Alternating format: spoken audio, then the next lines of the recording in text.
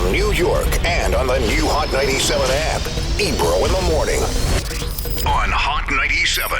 Ebro in the morning, beautiful Laura Styles Rosenberg, Ashley Larry, a.k.a. Donnell Rawlings, a.k.a. you ain't been in this room since Miss Jones was here.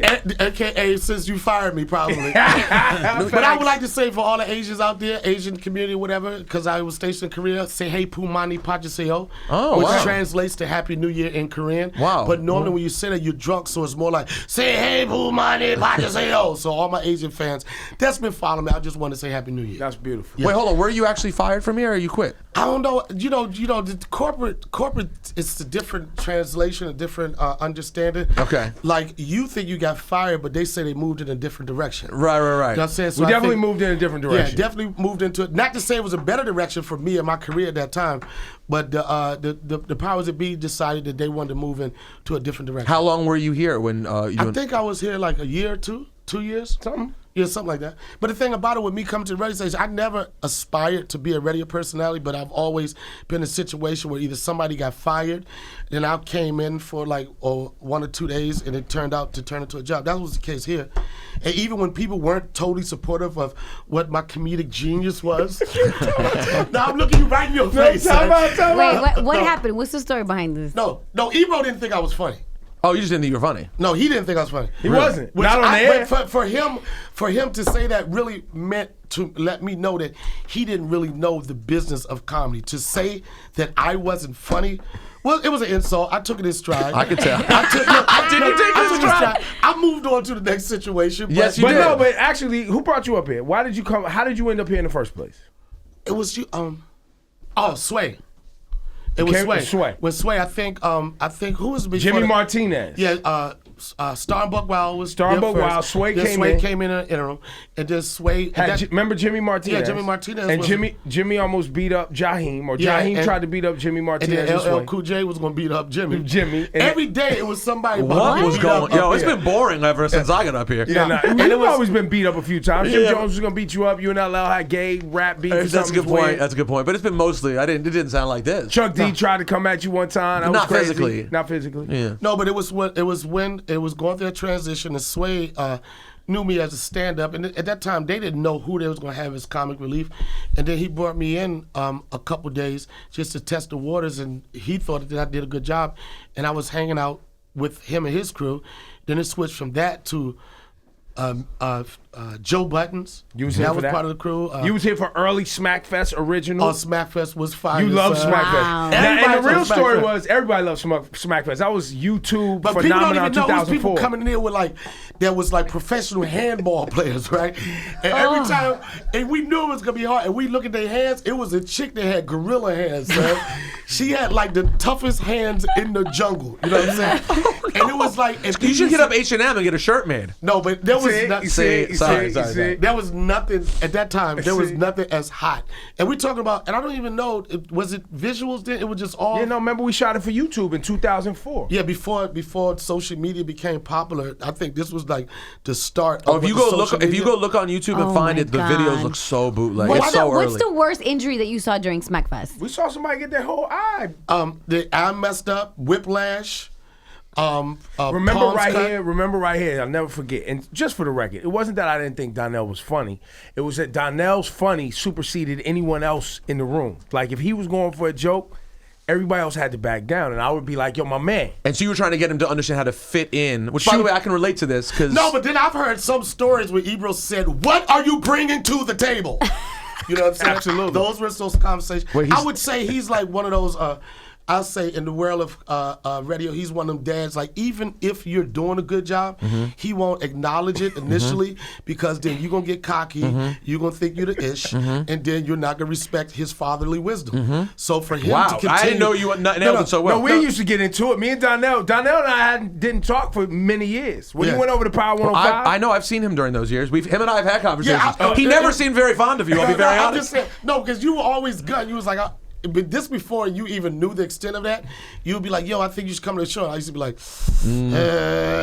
But I never had a problem with you. You had a problem with me. Now, I don't even know if we each had a problem with each other. I would say we were very young then. It was a misunderstanding what our creative endeavors wanted to be. Right. You had a vision of what you saw. Creative differences, yeah.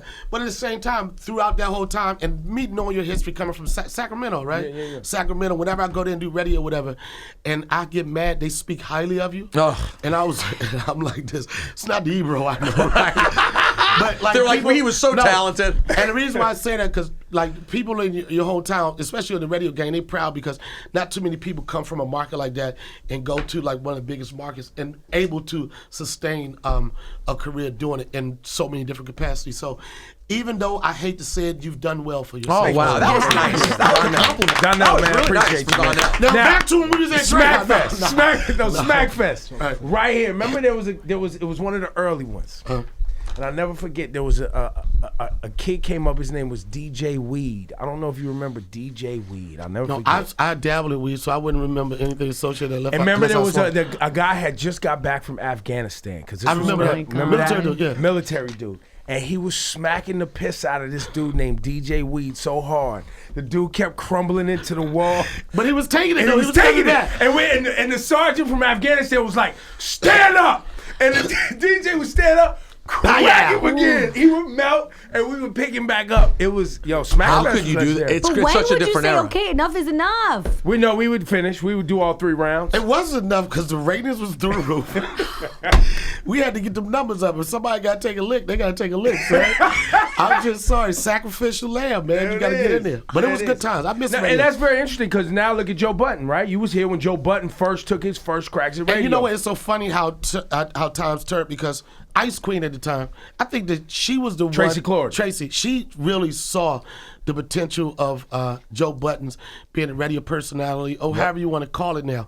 But at the time, Joe Budden's career was still like, it was still bubbling. He was coming off the was hot first still. album. Yeah. He was still hot. Yeah. So I know it was a decision like he didn't feel like the industry would take him serious as being a radio personality and still trying to be a rapper. So I know that, I know if he look at it now, if he would have stayed with it then, imagine where he would have been with that.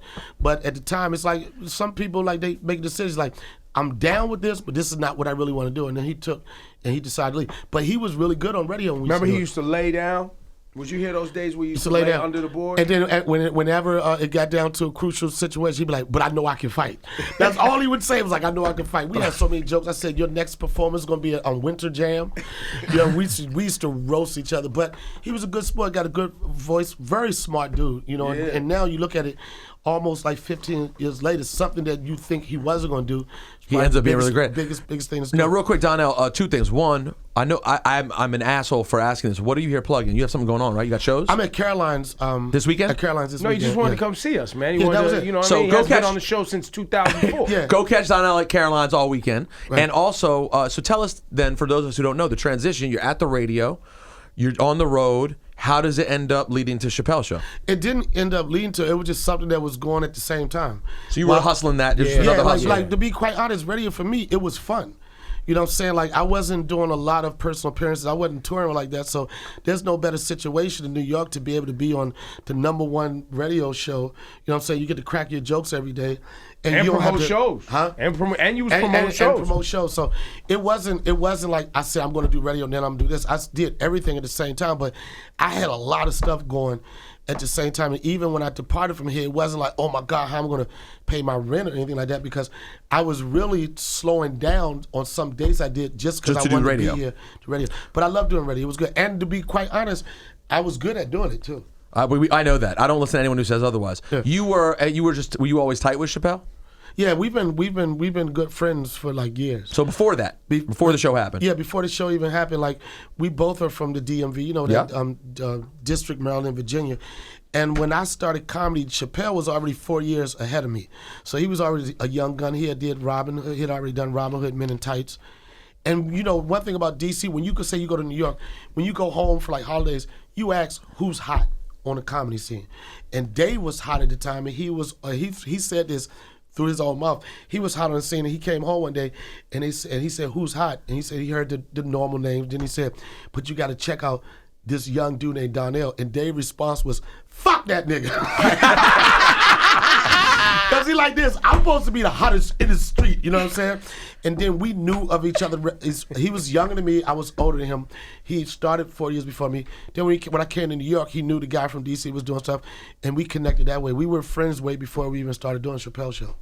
And how much of an actual boost? We talked about recently, of course, with Charlie passing away, which we were very sorry to hear about. Right. We talked about how amazing that show was, because not only was it so incredible for Dave, but it launched you guys into a different sort of stratosphere. It did. Like, people always, I've had the question, and you're always going to have haters. Like, yeah, they always say, if it wasn't for Dave, where would Donnell's career be, whatever. And one thing I thank Dave for is giving me a platform to do what I do. You know what I'm saying? You coaching a team, whatever. You can put anybody in the game, but who's gonna score when they get in the game? And the thing that I really appreciate about what the show did, especially for Charlie Murphy and his passing, before Chappelle Show, everybody knew Charlie Murphy as Eddie Murphy's brother. You know what I'm saying? Eddie Murphy's brother. And that was as critical as people were when Charlie first started doing stand-up. You got to understand, he was selling out across the country as an open micer. So everything that he learned, he didn't learn it only 10 people watching. He learned it in front of packed houses. You know, so I my hat goes off to him to be able to do that and get to the point where people call him one of the best storytellers to ever do it. But when Charlie passed away, and the thing I noticed, and I know a lot of it was because of the Chappelle Show, nobody said Eddie Murphy's brother died. You're right. It's crazy. He reversed it. He reversed everybody, it. Like, that show, that show really gave him, he already knew who he was, but everybody didn't know. And that show really gave Charlie Murphy his name. Nobody was like, Eddie Murphy's brother died. It never was listed. That was not a headline. It never said that anywhere. It said Charlie Murphy. And then I've heard, like, I've right after he passed away, I had to continue to do radio, and you can't get away from it. People like, but Charlie Murphy was so young. He was only 57. I honestly believe that everybody's not going to live to 90. Everybody's not going to live to 100. But you get the day you were born, and then you get that dash in the middle, and then you get your expiration. And I always say, and I start this thing, do your dash. What did you do in that dash? You know what I'm saying? And although he did pass at 57, to have the career that he had, to be able to experience life, to be able to travel the way he did, and to reinvent yourself, to get your name. Like, for 57 years of life, he lived a great life. Yeah. And I encourage everybody that's listening to this, who wants to be 100 years old, don't have a passport, never been outside your block, never seen anything in life? What stories do you have to share? What experience do you have? And at the end of the day, it's important for everybody in this room and everybody's listening to do your dash the best you can do. Like, I had a menage a trois 5 years ago, a biracial menage a trois, and that was part of my dash. Do your dash. You know what I'm saying? Do your dash. And you're a dad now. Yeah, I'm a dad. Also, I follow you on I like to tell people I'm a new dad, but then I look at my birth certificate, I'm not really a new dad. No. I'm an old nigga with a new baby. Now, because you're a dad now, are you allowed to talk about your love for white women anymore? Do you still talk about this? Is that not a part of the routine anymore? I didn't have a love for white women. Okay. I had a situation where I had great experiences with white women. And those experiences were born out of my love to frequent the farmer's market. You know what I'm saying? And once you change your diet, you almost got to change the race of the chicks you date. So damn. Once you go kale, arugula, Brussels sprouts, the black women don't want and you quinoa. Which is who you meet. What is that? Quinoa. Quinoa. White people know how to pronounce it, son. Yeah. I call it kiwi or quawa or whatever. Once you start switching it, sometimes Letitia and them don't favor a healthy diet. That's a shame. It's a shame. I think we're getting better, though. I think it's getting better. We need to get better. But it's like, you don't really, I had my first kid, my only kid, later in life. You don't realize, I didn't realize how much older my situation was until I was playing at my son's first birthday party. And I called one of my buddies. I was like, yo, you think your son could come to my son's first birthday party? He was like, if he can get off work. You know what I'm saying? That was the dagger right there. I was like, yo. He was like, yo, you at Chuck E. Cheese? We at the liquor store. But I will say this. I waited for one reason or another, but I don't think that there's a so-called perfect age to have a kid. It's a perfect Would you say it's better to be older? Do you feel like you see things, like your vision is better, your planning is better? I think you don't question certain things. When you get younger, you know what I'm saying, this may sound crazy, but you got like, okay, I got a dime bag of weed and a 40 or some diapers. Right. You know what I'm saying? You might be like, you know what, I'm gonna go get the dime bag of weed and I'm gonna get the 40 and I'm gonna get the diapers tomorrow. You know what I'm saying? When you get older, you're like, nah, forget the weed, forget the drinks, I gotta do this now. I think that when you get older, you probably have a better position in life. You know what I'm saying? You clear on what you wanna do. But with that said, with me experiencing fatherhood and how much I love and appreciate it, sometimes I think, what if I would have started a little younger? But you can't question it. You know what I'm saying? It happens. People are like, why you don't have no kids? It happens when it's supposed to happen. And hopefully when you have it, it happens at a time in your life when you could mentally support your kid, financially support the kid, and give them everything that you didn't have. I didn't know. I'm like, Donnell, you a first-time dad. What do you have to know to be a good dad? And the thing I came up with was, if you try to be better than your father and make your son or make your kid better than you, I think that with that said, you'll be on the right track to being a good dad. That is. Donnell Rawlings at Caroline's on Broadway. Now, Donnell, I saw you open up for Chappelle at one of the Radio City. You did all the Radio City dates. That's the first time we had 16, spoke. I did 11. Right. 11 out of 16. I didn't see a lot of Trump material from you. As a comedian, is the Trump material like it's too... No, for me, I do. It's called what we call a headlining courtesy. You know what I'm saying? Like, you know, if you open an act and you really care about the relationship you have with the headliner, whatever you don't want to step on their toes. Opening DJ. It's like an opening DJ. You can't show up and play a Travis Scott antidote. And play the biggest tunes. Yeah, and I do have some solid Trump stuff, but if Chappelle's coming and he's gonna close it out, and I know that that's the heart of his set, I'm gonna move away from it. You know what I'm saying? Some comics don't have the option because they don't have a lot of jokes. I'm like, I could have been like, I'm gonna do my Trump stuff before he do his and see if I make him work. But you know what I'm saying? I would never do that. Well, the reason I'm asking is not because I didn't think you had it. I just didn't know if you had a specific feeling about where we are as a country right now. You weren't as a Trump supporter. No, I'm not a Trump. No, the thing about maybe, this is not at all. You know what I'm saying? Like, and like, you know, as upset as people were as Trump being elected, I rooted for him to say, okay, whatever you did to get into office, all right, that's the tactic.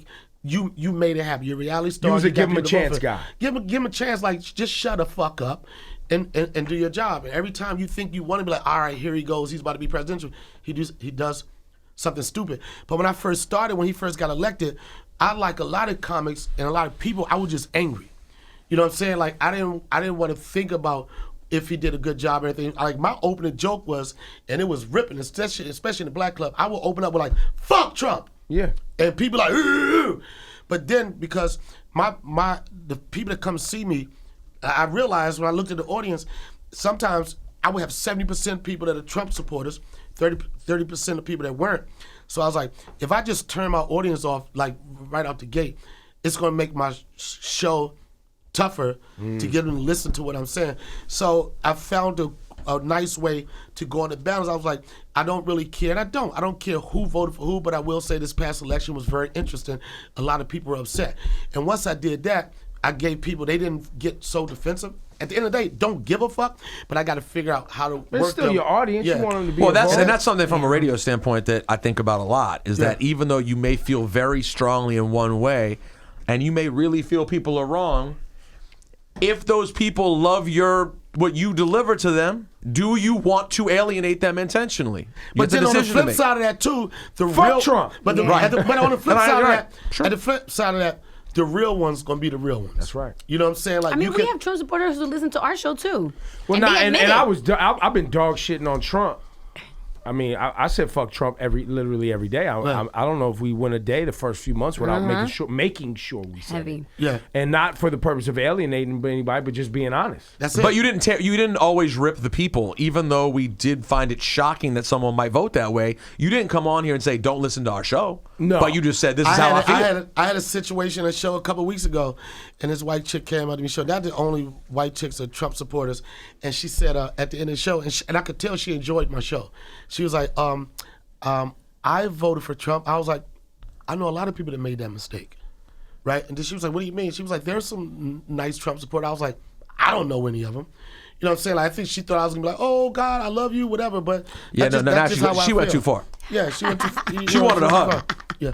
Do you feel as a comedian that's done stand up from the biggest clubs to the smallest, right? You've been on all the stages. Yeah. Damn near, it feels like. And do you feel like the young comedians that you see on Instagram are making the transition, right? Because it feels like you lived through and we all watched an era of comedians that had to learn how to use social media. But this is and then the ones that use social and went the other way. I know the answer to that, and I made a spoof video just for fun to address that. And when I say I don't got a gram, I make funny moves. The thing is, it's a sensitive thing, and I realized that comedy is evolving to something different. Because when I was coming up, when you called yourself a comedian, you instantly associated with being a stand-up comedian. Not like a social media, a YouTube person. It was just like, when you say comedian, like, where you telling jokes. You know what I'm saying? But now, and I argued with this girl, she's one of them internet chicks. She said, I'm a comedian. I was like, well, I want to see it before. She said, oh, look on my Instagram. You know what I mean? That's not, I didn't think that was a definition of comedian. But then when I looked at the true definition of comedian, it says a person that entertains an audience through humor. So okay, so I'm a comedian. That's not. I don't. No, but I'm saying, it used to be. I thought they was all. It's got a broader meaning. Yeah, it's a broader meaning. Now you got stand-up comedians. Then you got comedians as YouTube people, and I don't have a problem. I appreciate and I respect the fact that nowadays you don't have to wait for corporate America to knight you. You don't have to worry about this network to say you could literally sit in front of your phone and create an opportunity for yourself. You got people like Jesse Hilarious, you know what I'm saying? You got people like DC Young Fly. You got these people out here like they didn't wait for anybody, they did it themselves. But me as being like a artist of this, it's important for me to like, if you're gonna say you're stand up, take it serious. You know what I'm saying? Sharpen your toolbox. You know what I'm saying? Because when people start to come see you, they're going to come and see you.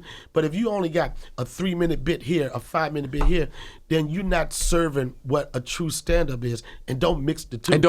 At least say I'm an internet comedian. Yeah, don't right. say I'm a stand-up comedian. I'm an internet nigga. Because that's what I call them. You know what I'm saying? Like, and there's nothing wrong with that. But don't, and as much as they can say what they want to say, yeah, Donnell, you old school, whatever. But I feel like on the George Foreman side of it, you can say whatever you want to say, but what you're not going to do is take it to the stage, because I still got a right hook, I still got an overhead right, and you can get floored. And they never going to argue that. Facts. Me Too.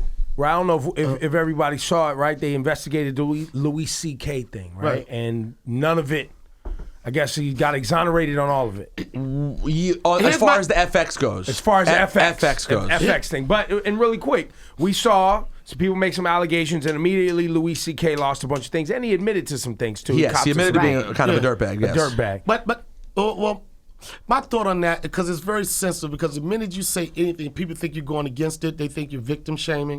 You know what I'm saying? They think that you're saying that these people are the reason why. And my only situation with all this stuff is that there's no due process. You know what I'm saying? It's just basically, in some cases, the allegations are true, and some of them, they're not. But all you have to do, and somebody said, so you think that you could get 3 women together and falsely accuse somebody? I live in Hollywood, California. Do I believe that? 100%. You've seen Do it. I believe that there's some women that are tainted because they thought they was going to have opportunities that they didn't get, so now they want to strike back and destroy people? I do believe Look, that. Donnell, time's up, man. Yeah. And so if you did something creepy back in the day, or if I did something, I've said on the radio, look, fam, they might try to come for me one day. I don't think I've done anything, but it could get thrown out there, and I got to hold that L. But what we don't think we did is what is doing something. And I said this on stage, and people I tell like it is. I say, if you're a man over 40 and you don't have at least 5 accusers in your background, you're probably gay. You're probably gay. Say what you want. No, listen, son. Look at my face. No woman has ever said to me, no woman has ever said to me no, and I kept going. Oh my goodness. It's never happened. All right, look, have you ever been in a situation? Have you ever pulled this move? Look me right in my eyes. And have you ever did this move right here? All right, we don't gotta do nothing. Just let me get the head in. All right, Donnell Rawlings at Caroline's on Broadway.